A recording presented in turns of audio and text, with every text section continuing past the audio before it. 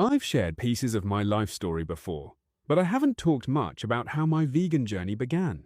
Growing up, my family had its similarities to others, but there were differences too, and one of the biggest differences was me. I didn't see the world the way they did. While many in my family made excuses for choices like drinking, smoking, or using drugs, I stayed away from all of that, just like my grandparents did. But what set me apart even more was something deeper.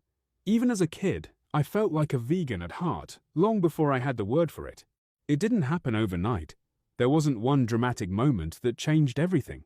Instead, it was a slow, steady shift, a collection of small experiences that opened my eyes one at a time. I can't remember every detail after all these years, but I know it was a step-by-step path. Certain moments made me question things, made me look at animals differently, made me realize that compassion wasn't just a feeling, it was a responsibility. By the time I turned 18, that inner pull toward veganism became something I could finally act on. I was starting to live more independently, even though I still relied on my family for a place to stay.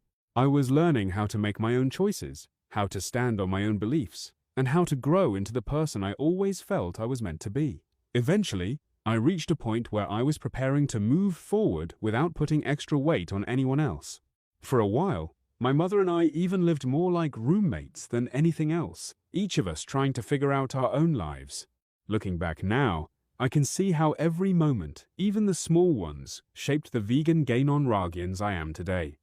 It wasn't a straight line, and it wasn't always easy, but it was honest. Without those experiences, I'm not sure who I'd be.